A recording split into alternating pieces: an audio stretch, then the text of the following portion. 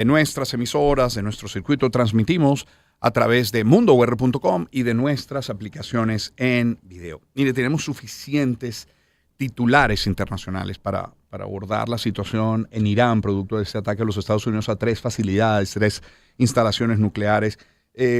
Pero siendo que tenemos también a 4 invitados para analizar todo lo que haya ocurrido desde diversos aspectos, yo quiero proceder de una vez a conversar con ellos. Vamos a tener, por una parte, a Leancy Clemente, con quien conversamos la semana pasada, ingeniero nuclear del MIT, socio del grupo Archicentro, empresa multinacional de gestión documental basada en Orlando, en Florida.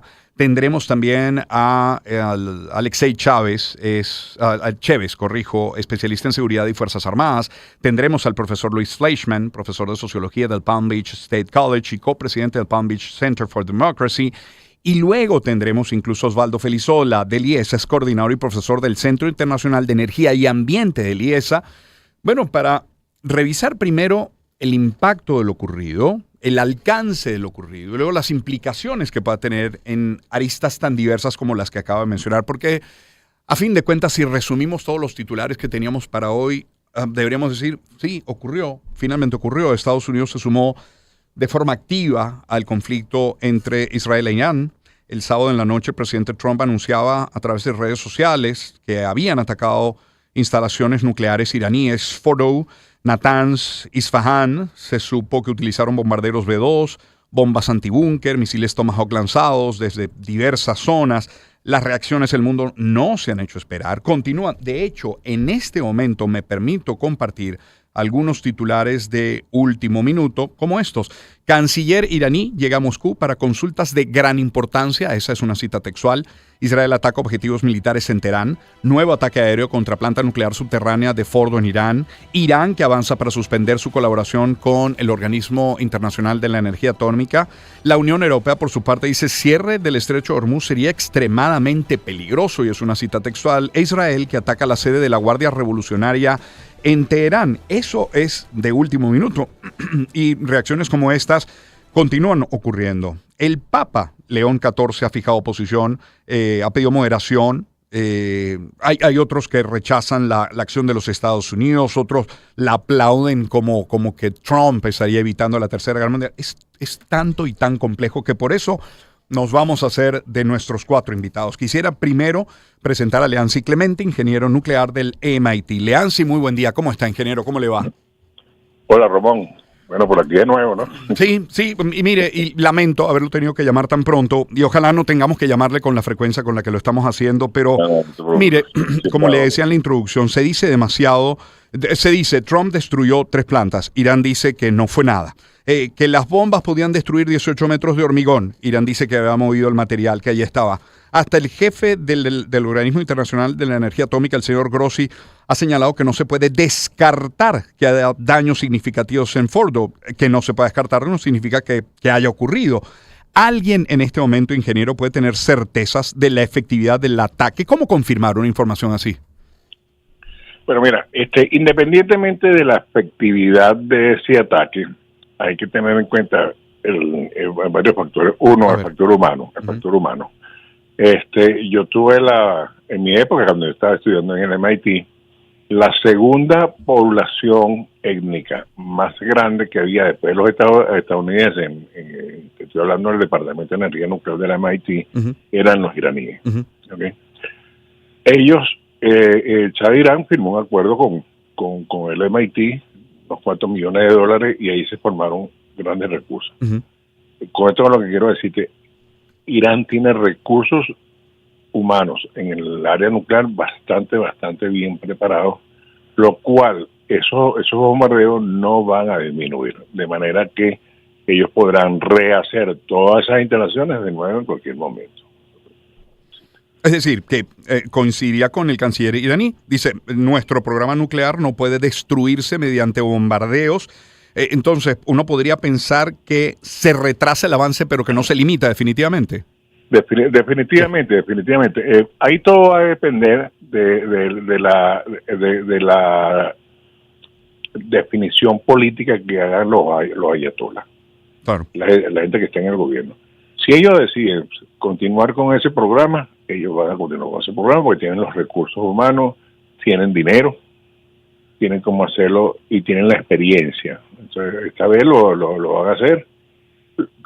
¿Cuál es el problema? El problema es que ellos simplemente se pongan de acuerdo con el OIEA, organismo al cual yo fui representante por varios años, y simplemente ver cuáles son los términos en los cuales, bueno, vamos a enriquecer hasta tanto por ciento, porque ellos tienen reactores nucleares, ellos tienen el derecho de enriquecer su uranio para esos reactores. Lo que no deben hacer es como que si yo estoy en mi edificio, ¿no? Entonces yo tengo derecho a poner una bomba a hacer experimentos en mi apartamento. Lo que no puedo poner es nitroglicerina, ese tipo de cosas, ¿ves?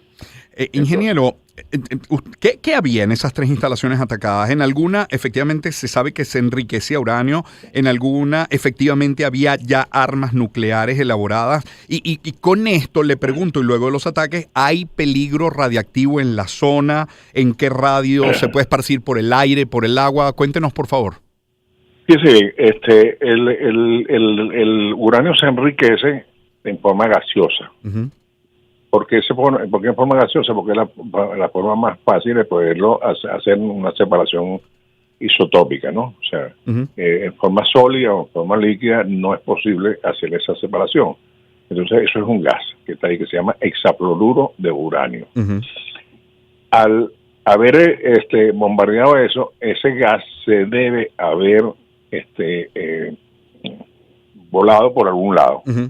Entonces, sí, definitivamente hay un enorme riesgo de que haya una radiactividad en el medio ambiente, y bastante alta, por cierto. ¿Sí? Ingeniero, permítame incorporar, no se retire por favor, quiero incorporar en esta conversación a Alexei Chévez. Él es especialista en seguridad y Fuerzas Armadas. Señor Chévez, un gusto saludarle. ¿Cómo está? ¿Cómo le va? Muy buenos días, gracias por la invitación. A usted por atendernos. Mire, leía que una de las bombas, uno de los armamentos utilizados, la GBU-57, pesa 13.600 kilos. Según los expertos, puede atravesar aproximadamente 18 metros de hormigón o 61 metros de tierra antes de explotar, que es una especie de alfiler que penetra prácticamente todo lo que encuentra a su paso. ¿Nos puede hablar, por favor, señor Chévez, del armamento utilizado en estos 3 ataques en Fordo, en Natanz, en Isfahan? Claro que sí, con mucho gusto. Antes, si me permites, quisiera puntualizar lo que está diciendo el ingeniero. El programa nuclear de Irán empezó en 1957 con Eisenhower, en un programa que se llamaba Átomos por la Paz, donde, como él lo indica, muchísimos miles de iraníes han estado acudiendo a Estados Unidos para prepararse en esto de fisión nuclear. Y la primer planta con ayuda de los Estados Unidos fue la de Bushehr en 1975. O sea, este es un programa que en primer lugar fue auspiciado con tratados con los Estados Unidos y después apoyado por Francia y Alemania. Sí, estas bombas que pesan casi 1,5 toneladas son las únicas en su naturaleza en el mundo. Originalmente los Estados Unidos las diseñó para atacar las instalaciones nucleares de Corea del Norte, que junto con las de Irán son las únicas que están en estos búnkers, estas bombas penetradoras. Solamente las tienen los Estados Unidos. Es por ello que los israelíes no pudieron atacar eficientemente a estas instalaciones nucleares y se necesitaba la ayuda norteamericana, lo cual lo hicieron con estos bombarderos específicamente para este tipo de bombas. Son los únicos que pueden tienen esta capacidad, que son los B-2, y con los misiles Tomahawk, que dispararon desde el grupo de combate del Carl Vinson, me parece que es el grupo de pelea que desde uno de sus submarinos disparó los 30 misiles Tomahawk. Una vez hecho estos 3 ataques, pregunto, ¿queda desprovisto Irán de armas para una respuesta a gran escala? ¿Se alcanzó su arsenal? ¿En qué punto está Irán ahora? Como para entender qué respuesta puede haber, que puede ser variopinta, ¿eh? Bueno, se supone que Irán tenía aproximadamente 60 kilos de material de fusión, de plutonio. Ya no sé exactamente a qué grado lo tenían, pero bueno, ya tenían una capacidad nuclear y probablemente no se alcanzó porque hoy en día estamos viendo que la Agencia Internacional de Energía Atómica no ha detectado un incremento de radiación en ninguno de estos tres lugares. ¿Qué significa esto? Que no hay un escape de radiación por la destrucción de estas facilidades. Entonces, probablemente el alcance ha sido limitado. Las fotos de satélite y la imaginería satelital que hemos podido observar indican nada más el agujero que hicieron estas 6 bombas al penetrar.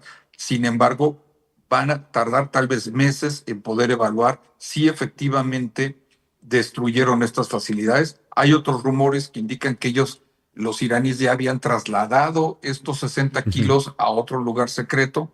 No lo sabemos todavía, pero el mayor indicador del éxito es lo que nos dice la Agencia Internacional de Energía Atómica, donde nos dice, y cito, no ha detectado incrementos de radiación en las zonas. Sí. Señor Chévez, no se retire, por favor. Permítame volver por un instante con el ingeniero Leancy Clemente, ingeniero nuclear del MIT.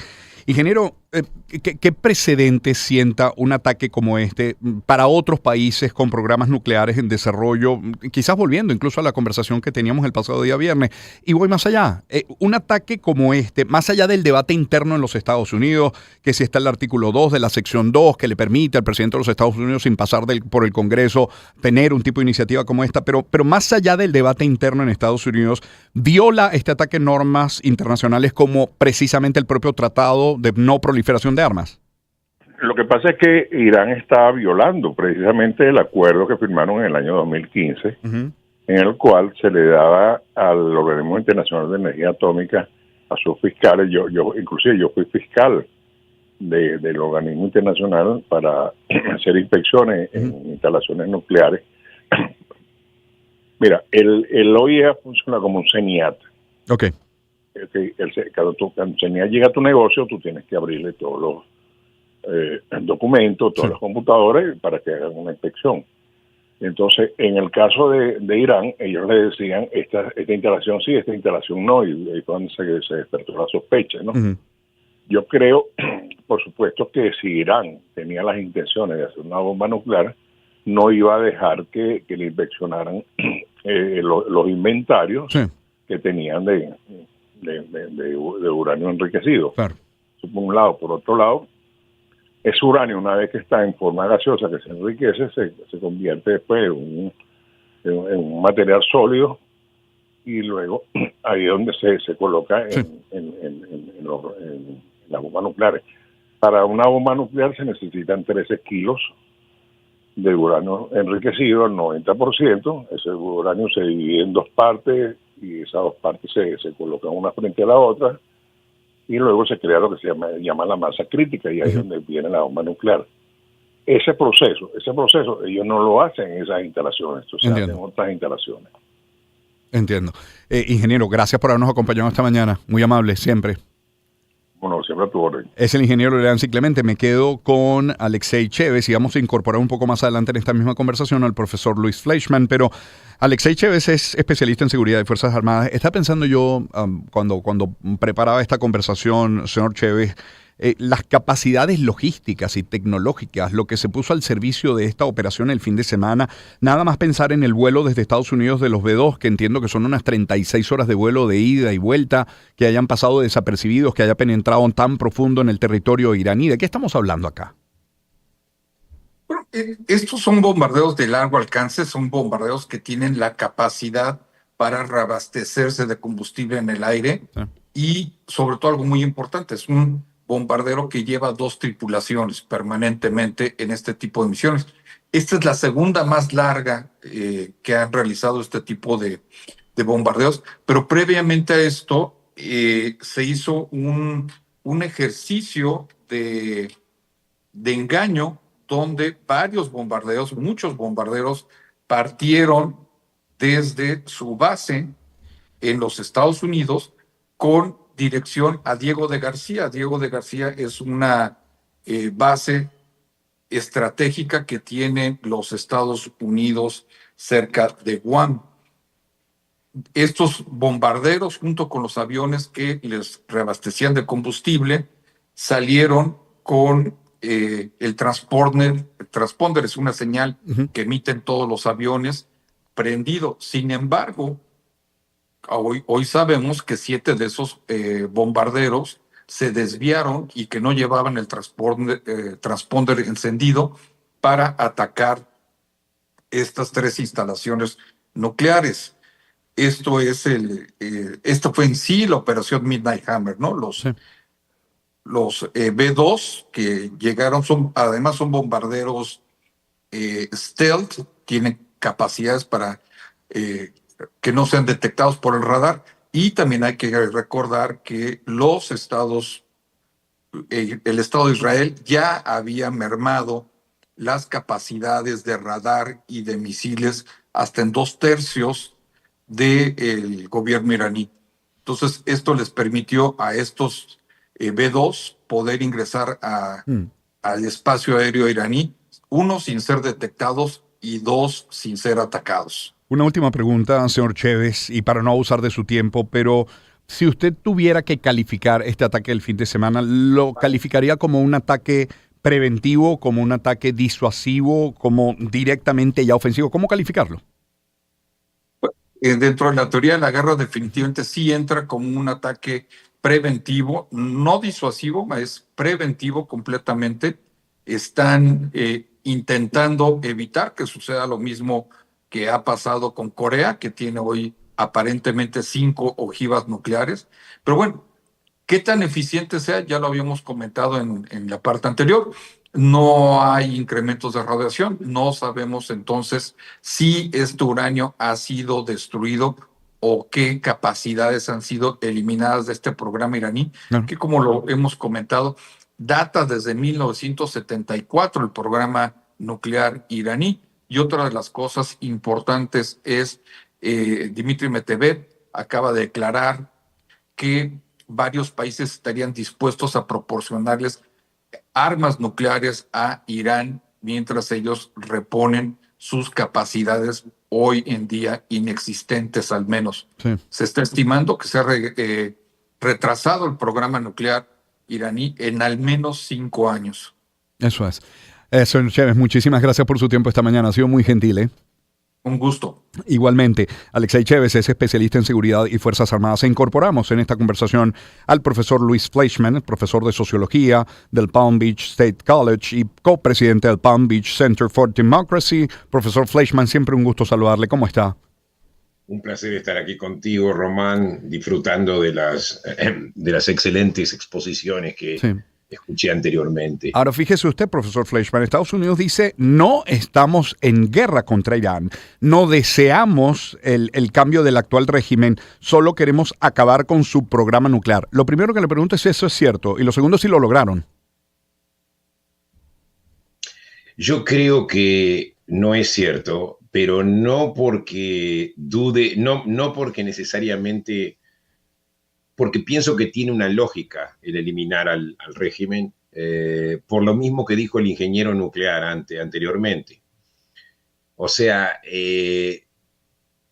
muchísimos ingenieros, muchísimos estudiantes iraníes han atendido, han sido estudiantes en el MIT y obviamente con el objetivo de ayudar al programa nuclear iraní, que efectivamente, como dijo el señor Chévez, es un programa viejo que empezó en los años 50 con ayuda de Estados Unidos.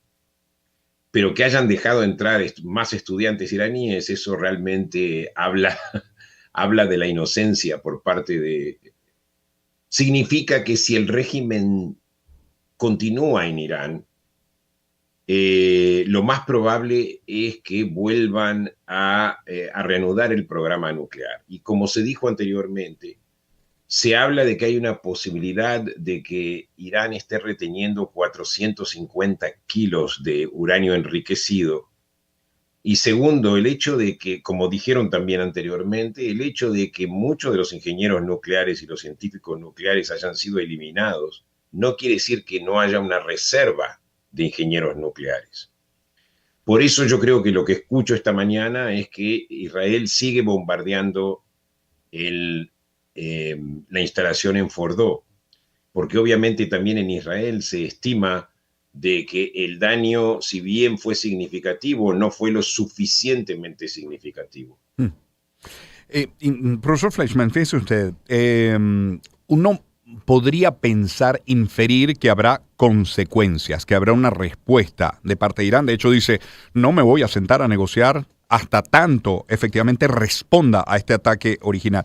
Ahora, el tipo de ataque es la pregunta. Es decir, ¿cuándo, dónde y cómo será un ataque quirúrgico? ¿Será un ataque a gran escala, una respuesta a gran escala? Fíjese usted todo lo que ocurre horas después. Un hombre que se inmola en una iglesia en Siria matando a 20. Se atribuye a ISIS. ¿Podría estar conectado? Sí, no. El ataque suicida en Yemen. Un ataque frustrado en una iglesia, precisamente en los Estados Unidos. ¿Será Irán enviando misiles de vuelta o a bases en la región? ¿O ataques pequeños, dolorosos, quirúrgicos a civiles? ¿Cómo lo anticipa? Bueno, vamos a ponerlo así. Por lo que hemos visto hasta ahora, desde que comenzó la guerra, hace unos 11 días, Irán se ha comportado no como un país soberano con un ejército convencional, sino que hasta ahora atacado civiles, o sea, se comporta como una organización terrorista. Yo creo que la amenaza de Irán no es una amenaza existencial. No tienen la capacidad en este momento de destrucción masiva, o sea, de hacer algo incluso como el 11 de septiembre, pero sí pequeños ataques terroristas. Y en este momento la gente de Hezbollah tiene presencia no solamente en el Medio Oriente, no de Hezbollah, perdón, de los terroristas, los grupos terroristas que están asociados con Irán, tienen presencia en el Medio Oriente, en lugares como Irak, tienen presencia en Europa, y tienen presencia también en América Latina. Es por eso que los gobiernos de todos estos países tienen que estar alertas a la respuesta iraní. No es simplemente un problema de Estados Unidos, sino un problema de los países de Europa, los países de América Latina también, porque esto puede suceder. Recordemos, Irán en el año 92 y 94 voló la embajada de Israel y la sede de la comunidad judía en Amia, respectivamente. Entonces, ellos pueden hacer este tipo de ataque, y más cuando es un país que no tiene ninguna consideración por civiles. Sí. Profesor Fleischman, le agradezco su tiempo, valioso el aporte como el del ingeniero Leancy Clemente y el del especialista en seguridad y Fuerzas Armadas, Alexei Chévez. Luego de abordarse estas tres aristas y reiterar nuestro agradecimiento al profesor Fleischman, vamos a volver luego de la pausa con Osvaldo Felizola. Vamos a revisar el impacto energético que puede haber tenido este fin de semana en los mercados el día de hoy. Ya volvemos. Espacio para conectar. Éxitos.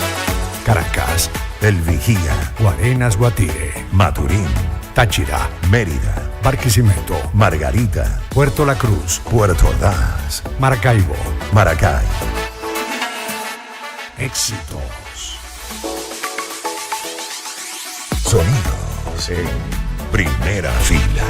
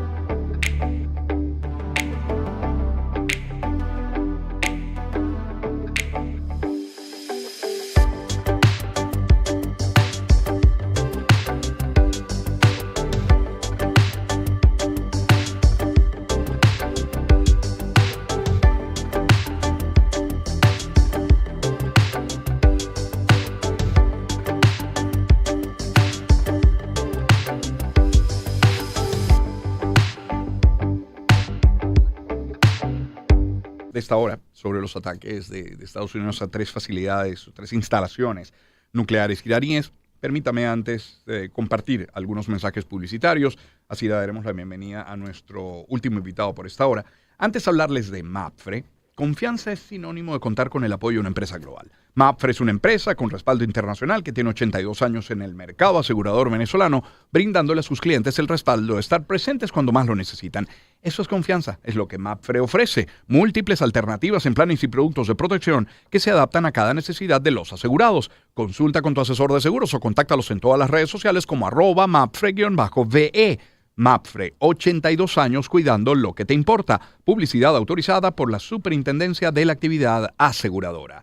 Y hablemos del Urológico San Román, que es líder en medicina de vanguardia en Venezuela. Lo ha sido por 66 años, ofreciendo servicios médicos de primera, destacándose por su constante inversión en tecnología de avanzada. Tiene más de 200 especialistas altamente capacitados, asegurando diagnósticos precisos y tratamientos personalizados. Para toda la información que necesite, visite la web urológico.com y en Instagram @urológicosanromán. Atención médica de avanzada al alcance de todos. Y les hablo de Digitel también, que esa conversación dura hasta las 3 de la mañana. No solo es una buena señal, es tremenda señal. Así como adquirir cualquier plan Inteligente Plus de 6, 12 o 30 gigas y recibir una línea gratis para que te conectes con quien quieras hasta la hora que quieras. No pierdas esta oportunidad hasta el 30 de junio. Acércate a centros de atención, agentes autorizados o aliados comerciales Digitel. Promoción autorizada por la SUNDE del 1 de abril al 30 de junio de 2025. Más información en digitel.com.ve. Y pregunto, ¿qué Mari eres hoy? ¿Arroz? ¿Eres como el arroz que en la pureza encuentra su mejor momento? Seguro que en tu mesa. Como en la mía, siempre hay un producto Mari. Como sus arroces justo, que son seleccionados rigurosamente para alimentarte con todo el sabor y la mejor calidad. Elige entre Esmeralda, Dorado, Integral, Premium y Superior. Y es que si cada uno de ellos tiene la calidad que prefieres, pregunto, ¿qué Mari eres hoy? Porque Mari tiene más para dar. Les hablo también del Team EK que une a los fanáticos de las motos. Sé parte de este nuevo equipo y ten acceso a premios, beneficios, entradas a eventos deportivos, motocicletas nuevas, accesorios y mucho más. Entra en empirekiway.com, haz clic en el botón Ingresa al Team EK, llena el formulario y listo, así de sencillo. EK Empire Kiway, la moto que mueve a Venezuela. Cierro hablándoles de Donsen. Es un mensaje para el constructor, el ingeniero, incluso el albañil, el arquitecto. Incluyan en sus obras materiales de última tecnología. Donsen es marca líder en tuberías y conexiones de polifusión en Venezuela y ofrece productos para olvidar corrosión, desgaste y ahora facilitar la instalación en cualquier sistema de aguas blancas. Al realizar tu proyecto de obra civil o remodelación, Donsen verde, mire, puede ser cualquiera, pero Donsen es una sola. Que no te metan gato por liebre, que cada pieza diga Donsen. Recuerda sus líneas, Fartic y amarillas, Donsen. Visita @DonsenPPR y donsenvenezuela.com. Amaneceres. El comienzo de nuevas historias. Con Román Losinski. Por Éxitos. Son ahora las 7:41 de la mañana. Mire, desde el mismo momento del ataque de Estados Unidos a esas 3 instalaciones nucleares iraníes, se ha vuelto a hablar del estrecho de Hormuz. Se ha amenazado con bloquearlo. El Parlamento iraní ha aprobado su cierre. Solo faltaría la ejecución por parte del gobierno, pero por supuesto surgen luego amenazas de todo tipo, hablan de las implicaciones internacionales que tendría. Principalmente Estados Unidos dice que asoma la posibilidad de que otros se sumen a la ofensiva. Ahora, ¿qué impacto energético puede tener una decisión de esta naturaleza? Es el motivo por el que hemos invitado también a ese foro a Osvaldo Felizola, es coordinador y profesor del Centro Internacional de Energía y Ambiente del IES. Osvaldo, bienvenido, ¿cómo estás? Saludos, Romano, un saludo para ti, ¿todo bien? Sí? Gracias por acompañarnos esta mañana. ¿Qué pasa con el petróleo? ¿Qué pasa con el gas si Irán efectivamente bloquea el estrecho de Hormuz? Bueno, lo primero que pasaría en este caso, recordemos que el estrecho de Hormuz, que es un estrecho que pertenece a la mitad a Irán y la otra mitad a Omán, así es un estrecho de aproximadamente unas 36 millas. Para darles una idea referencial, es como la mitad del lago Maracaibo. Uh-huh. Entonces, claro, es un estrecho donde pasa nada más y nada menos que el 20% aproximadamente de todo el crudo internacional que se exporta de los países árabes, dígase crudo ligero y liviano, y también casi el 30% de todo el gas natural licuado que se exporta. ¿Quiénes son los principales consumidores? Nada más y nada menos que China, que representa casi el 80%, un poco más del consumo energético de China viene justamente de ese estrecho, igual que el de ¿cómo se llama? El de la India, o Bharat, y nada más y nada menos que Japón y Corea del Sur. Estamos hablando que sería un golpe abismal en todo el sector Asia, en todo el lejano oriente, dígase Asia, y Asia menor, porque es una cuestión de que la producción de petróleo no hay forma de sustituirla de forma inmediata. Por ese estrecho pasa, por ejemplo, lo que se pueda producir en Kuwait. Luego está Arabia Saudita. Lo que pasa es que Arabia Saudita tiene salida por el estrecho de Hormuz, pero también hacia el occidente. ¿Dónde están las plantas? Es la pregunta. El problema es que todo el crudo de Arabia Saudita está en la región allí, al este. Entiéndase una cuestión. Por eso es que existe el gobierno de Arabia Saudita. Todo el petróleo se encuentra en la zona, para que darles una idea del contexto, eso es un desierto como esa arena y de piedra. No hay ni venado, no hay chivo. Entonces, claro, por eso es que todo el petróleo se saca de esa zona, por eso es que Qatar, por eso es que Abu Dhabi, por eso es que Dubái, todos esos países tienen gas y petróleo, porque toda esa cuenca, que es el mar Arábico, está llena de crudo y gas. Por eso es que se produce el gas ahí, por eso es que Kuwait, Irán, todos tienen crudos cercanos allí. Muy pocos de ellos tienen muy lejos de la frontera. El único es Irán, que irónicamente también tiene un poquito de crudo hacia el norte, que es la región del mar Caspio. Claro.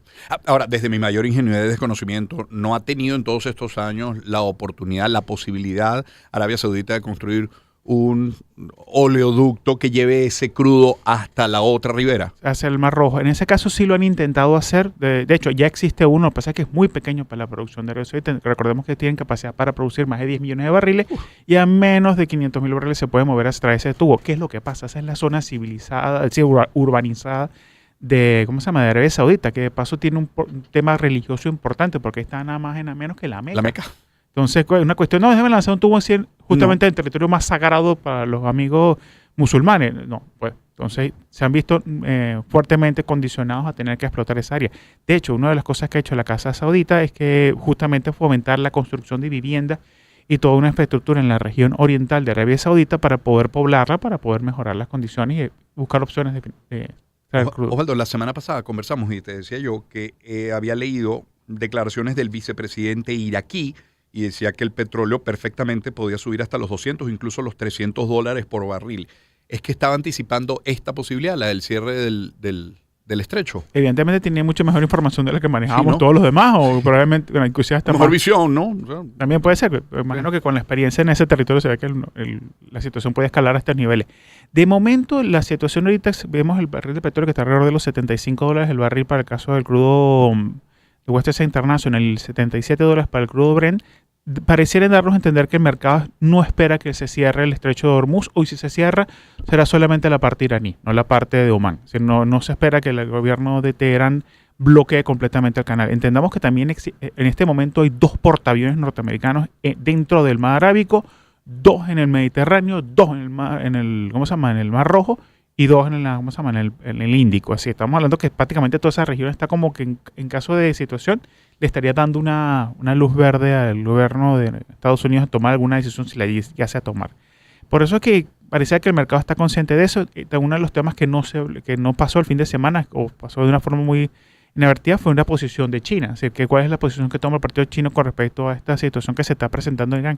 Si esta escalamiento se sabe que hay unas discusiones dentro del gobierno de Teherán y el gobierno de Shanghái, justamente para tratar de llegar a un acuerdo, porque de hecho hasta el presidente Donald Trump estaba hablando con el presidente. Pidió a China que intercediera. Es que China es el principal consumidor de ese crudo, es decir, el principal afectado en caso de cerrar el estrecho de Hormuz no a los Estados Unidos, sería directamente China, la primera economía del mundo. Si estamos y luego India también afectado, ¿no? Que es la cuarta economía del mundo, Japón, que es la tercera. Si estamos hablando que de los 5 grandes economías, prácticamente 3 de ellas estarían afectadas. Solamente Estados Unidos y Alemania no se verían afectadas de forma directa.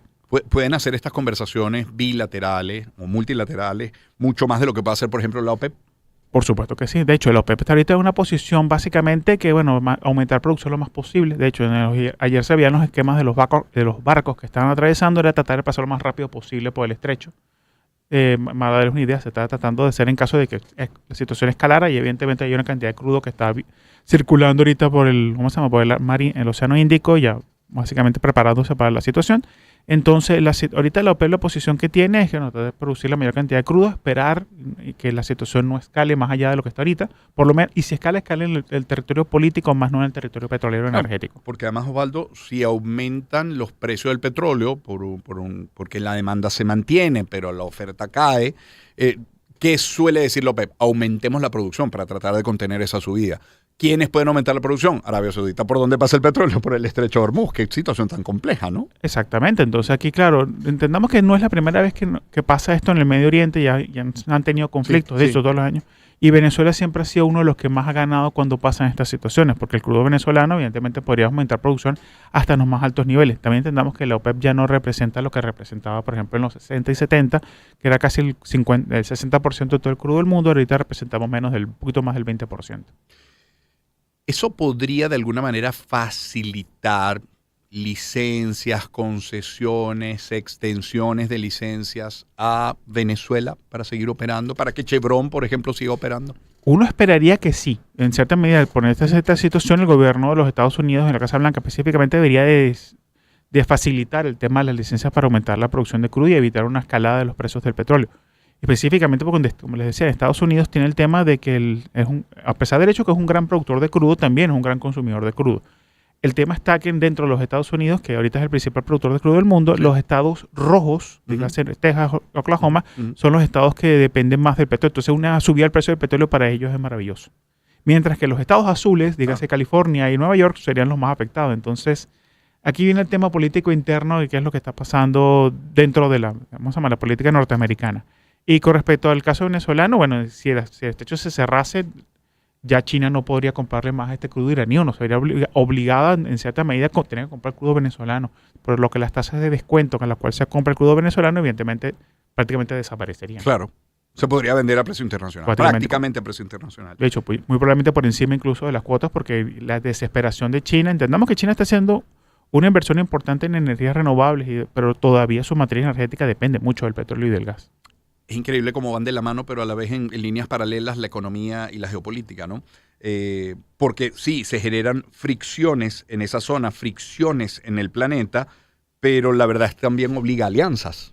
Totalmente. Que el petróleo es un tema, la energía es algo que todos usamos y es el desarrollo, es la base del desarrollo del siglo XX y XXI. Entendamos que también estamos en un mundo que es un proceso de transición energética que no se maneja como... Creo que ya es más que todo conocido por todos nosotros, pero también es cierto que ese proceso no va a ocurrir de la noche a la mañana. Claro. Esto va a tardar muchas décadas. De hecho, el objetivo de la Agencia Internacional de Energía de un mundo de, para cero emisiones para el 2050, ya prácticamente todo el mundo está consciente dentro del sector que eso es prácticamente imposible. Ahora, Irán, que en su momento fue importante aliado de Venezuela para la producción petrolera, porque de allí venían técnicos y venían piezas y venían repuestos y no sé si aditivos, creo que llegaron también, si no me falla la memoria. ¿Estarían las mismas condiciones hoy de colaborar con Venezuela? Bueno, ahorita Irán se encuentra en una situación muy apretada porque básicamente está viendo hacia adentro. Lamentablemente lo que está hacia afuera no es su prioridad. En el caso venezolano, ellos nos ayudaron mucho en temas de, por ejemplo, de diluentes, de poquito de tecnología. Recordemos que como Irán tiene más de 40 años de bloqueo, ellos han aprendido a tener que hacer todas las cosas in-house. En nuestro caso tenemos la posibilidad de poder conseguirlas, por ejemplo, de origen chino, porque muchos de estos equipos se pueden hacer, pero el problema es que el tema del endeudamiento que tenemos con el gobierno chino dificulta muchas opciones de reparaciones y mantenimientos que hay que hacer en PDVSA con urgencia. Entonces el tema es que las alianzas se tendrán que hacer. China tendrá que tomar la decisión ya, porque ya está viendo que uno de sus principales fuentes de energía está, digamos que comprometida de forma significativa por los próximos 10, 15 años. Entonces tendrán que tomar la decisión, eso es algo que se decidirá no puede tomar la decisión puede lucubrar un poco sobre lo que pensaba la gente de Shanghái y Pekín, pero en ese caso está el tema de que el Partido Comunista se sabe que está tratando de acercarse más hacia la región, además que la situación venezolana tiene sus particularidades y la historia con nosotros no es específicamente bondadosa. Más allá del drama de lo que implica la guerra, no serán días para aburrirte en tu caso, ¿no? No, para nada. Más bien, esto ha sido una situación prácticamente fin de semana, no se ha dormido. Claro, efectivamente. Osvaldo, gracias por acompañarnos, por acercarte al estudio. Osvaldo Felizola es coordinador y profesor del Centro Internacional de Energía y Ambiente del IESA. Bueno, con él cerramos esta conversación que ya habíamos iniciado antes con Leancy Clemente, ingeniero nuclear, con el especialista en seguridad y Fuerzas Armadas, Alexei Chévez, y con el profesor de sociología, Luis Fleischman. Vamos a escuchar algo de música. El trío Police, por ejemplo, cada pequeña cosa que ella hace es mágica. Espacio para conectar. Éxitos. Caracas, El Vigía, Guarenas, Guatire, Maturín, Táchira, Mérida, Barquisimeto, Margarita, Puerto La Cruz, Puerto Ordaz, Maracaibo, Maracay. éxitos. Sonidos en primera fila.